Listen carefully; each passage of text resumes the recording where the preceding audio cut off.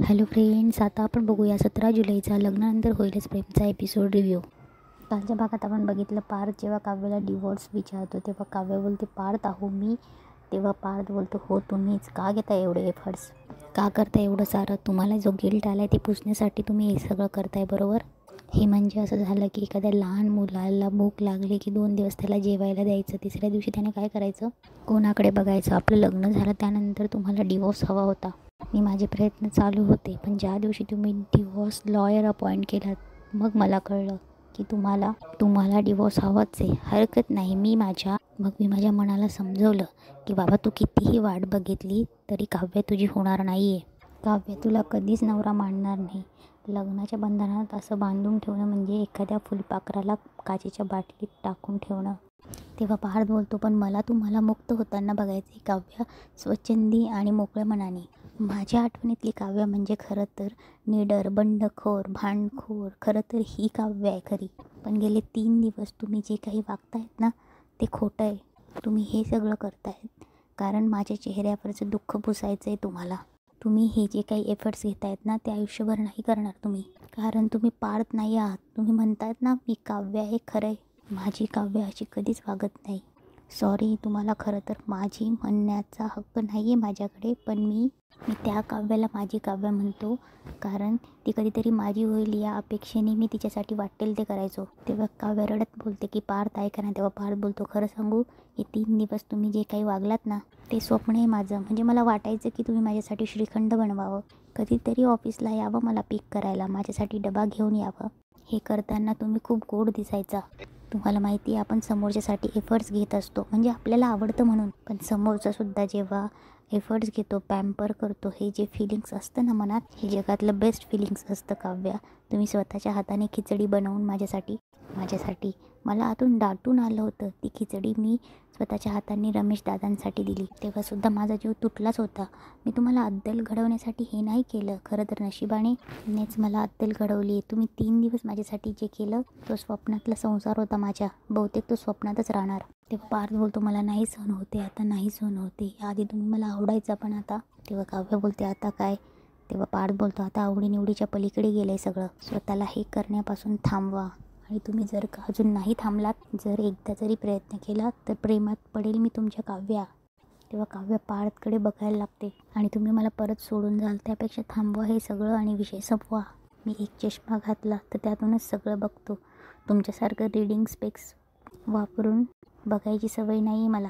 आता एकच उपकार करा माझ्यावर, या नात्यातून तुमची सही करून तुम्हाला मोकळं करा आणि मला पण मोकळं. इकडे नंदिनी रडत असते. जीवा पटकन त्याचा रुमाल काढून तिला देतो. तेव्हा नंदिनी बोलते नको, मला तुमच्या रुमालाने असे रडलेले डोळे किती दिवस पुसू आणि का म्हणून आणि का पुसू. तेव्हा जीवा बोलतो हे बघ नंदिनी, तू माझ्या रुमालाने डोळे नको पुसूस. माझ्या कुठल्याच चुका पोटात घेऊ नकोस. हवं तर मला कधीच माफ करू नकोस. पण माझं एकदा ऐकून तर घे. तू खूप छान मुलगी आहेस, चांगली मुलगी आहेस, जेन्युइन मुलगी आहेस, आयडियल मुलगी आहेस, आदर्श सून आहेस. पण तेव्हा नंदिनी बोलते पण तुमची बायको नाही आहे हो ना. तुम्हाला माझा आदर वाटतो, माझी दया वाटते, माझा अभिमान वाटतो, कधी कधी माझी भीतीसुद्धा वाटते, पण माझ्याबद्दल प्रेम वाटत नाही हो ना. काय असतं हे प्रेम, कसं होतं हे प्रेम. असं काय केलं तर समोरच्याला आपल्याबद्दल प्रेम वाटतं. आणि मी असं काय केलेलं नाही आहे की तुम्हाला माझ्याबद्दल प्रेमच वाटत नाही. मी असं ऐकलं होतं की प्रेमात शरण जावं लागतं. मी स्वतःला हरवून बसले तुमच्या प्रेमात. मी ना खूप विचार करायचे की जे कपल अरेंज मॅरेज करतात ते एकमेकांना आय लव्ह यू कधी म्हणत असतील, एकमेकांच्या प्रेमात कधी पडत असतील. मग विचार केला की लग्नानंतर होत असेल, मग आपल्या बाबतीत पण मी तोच विचार केला. मग स्वतःला हेच सांगितलं की लग्नानंतर होईलच प्रेम.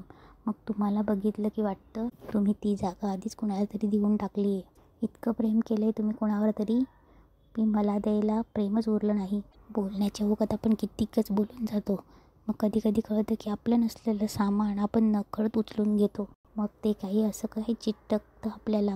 मग ते ओझं आपल्याला खाली ठेवताच येत नाही आणि ते ओझं आयुष्यभर घेऊन फिरण्याची ताकद नसते सगळ्यांकडे. तुमच्याही बाबतीत तसंच झालं आहे. जेव्हा तुम्ही भावनेच्या भरात बोलून गेला की नंदिनी मी लग्न करेल तुझ्याशी, बोलण्याच्या ओघात बोलून गेला की नंदिनी फक्त माझी बायको नाही, अभिमान आहे माझा. खरं सांगा तुमच्या बोलण्याचा नक्की अर्थ तोच होता का. तेव्हा नंदिनी बोलते नाही ना, तुम्हाला हेच वाटतं की नंदिनी आपल्यासाठी खूप करते, तिला दुखवायचं नाही. ज्या दिवशी तुम्हाला वाटेल ना की नंदिनीला दुखवायचं नाही आहे, तिला त्रास झाला तर मला त्रास होईल असं जेव्हा तुम्हाला वाटेल ना, त्या दिवशी तुम्ही खऱ्या अर्थाने लग्न मानायला लागाल असं मला वाटेल.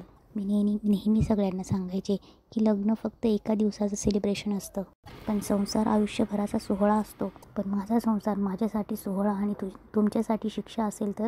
मी नेहमी म्हणायची लग्न हे एक दिवसाचं सेलिब्रेशन असतं आणि संसार हा आयुष्यभरासाठी सोहळा. पण माझं लग्न हा फक्त माझ्यासाठी सोहळा असेल आणि तुमच्यासाठी शिक्षा असेल तर कुठल्या तोंडाने मी इतरांना लग्नाबद्दल सांगू? तेव्हा जेव्हा नंदिनीच्या हातावर हात ठेवतो, नंदिनी हात बाजूला घेते, तेव्हा जेव्हा बोलतो नंदिनी असं स्वतःबद्दल असं नको म्हणूस, खरंच असं नाही आहे, हा संसार माझ्यासाठी शिक्षा नाही आहे. तेव्हा नंदिनी बोलते बस आता जेव्हा, आता फार स्वतःसाठी गिल्टी वाटून घेऊ नका. माझ्या खूप फिल्मी कल्पना होत्या.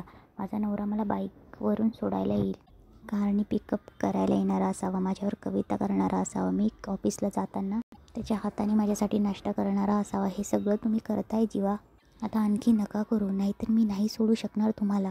माझा पाय नाही निघणार या घरातून. असंही हे तुम्ही नवरा म्हणून नाही, माझ्यावर प्रेम आहे म्हणून नाही, तर तुम्हाला गिल्ट आहे म्हणून करताय. नका करू. तुमचं गिल्ट तुमच्याकडे, माझं प्रेम माझ्याकडे. तुम्ही तुमच्या आधीच्या प्रेमाचं इतकं प्रेम केलं आहे, माझ्यावर करायचा प्रश्नच नव्हता. त्यामुळे आपली ही अधुरी कहाणी आपण इथेच संपवूया आणि स्वल्पविराम नाही, फुल स्टॉपच देऊया याला. कारण ताणलेलं कधी ना कधी तुटतंच, आपण तुटण्याची वाट नको बघायला. त्यापेक्षा आनंदाने संपवूया. तेव्हा नंदिनी डिवोर्स पेपर काढते आणि बोलते हे घे जेव्हा, सही करून सगळं संपवून टाका. तेव्हा जेव्हा बोलतो नंदिनी, तेव्हा नंदिनी बोलते आणि आता आणखी ताणवू नका प्लीज प्लीज, मला खोटी स्वप्न दाखवू नका, कारण स्वप्न बघायची पण भीती वाटायला लागली आता मला. इकडे काव्या पेपर्स घेऊन बोलते पार्थ, तेव्हा पार्थ बोलतो प्लीज काव्या, खोटी स्वप्न दाखवू नका, प्लीज थांबवा आता हे सगळं, सही करा, कारण अजून एखादा दिवस तरी मी तुमचे हे सुंदर एफर्ट्स बघत राहिलो तर तुम्हाला सोडणं कठीण जाईल काव्या. कदाचित पुन्हा अडकेल मी तुमच्यात. आता मला कधी कोणाला अडकवायचं पण नाही आणि पुन्हा अडकायचं पण नाही. तेव्हा पार्थ पेन घेतो आणि बोलतो सही करा. तेव्हा काव्या काहीतरी बोलणार, तेव्हा पार्थ जोरात ओरडतो प्लीज सही करा. तेव्हा पार्थ काव्याच्या हातात पेन देतो आणि बोलतो प्लीज सही. इकडे नंदिनी पण रडून बोलते माझा जीव पूर्णपणे तुमच्यात अडकायच्या आत सही करा, प्लीज सही करा. तेव्हा नंदिनी बॅगेतनं पेन काढते आणि जीवाच्या हातात देते. जीवा पेन घेतो आणि तिथे साईन करतो. जीवालाही खूप रडायला येत असतं आणि नंदिनीही रडत असते. इकडे काव्याही खूप रडत असते आणि पेन घेऊन तीही साईन करते. काव्या साईन करून पार्थकडे बघते. पार्थही खूप रडत असतो आणि काव्याही खूप रडत असते. इकडे नंदिनी, जीवा पण रडत असताना काव्या, पार्थसुद्धा रडत असतं आणि इथेच आजचा एपिसोड संपतो.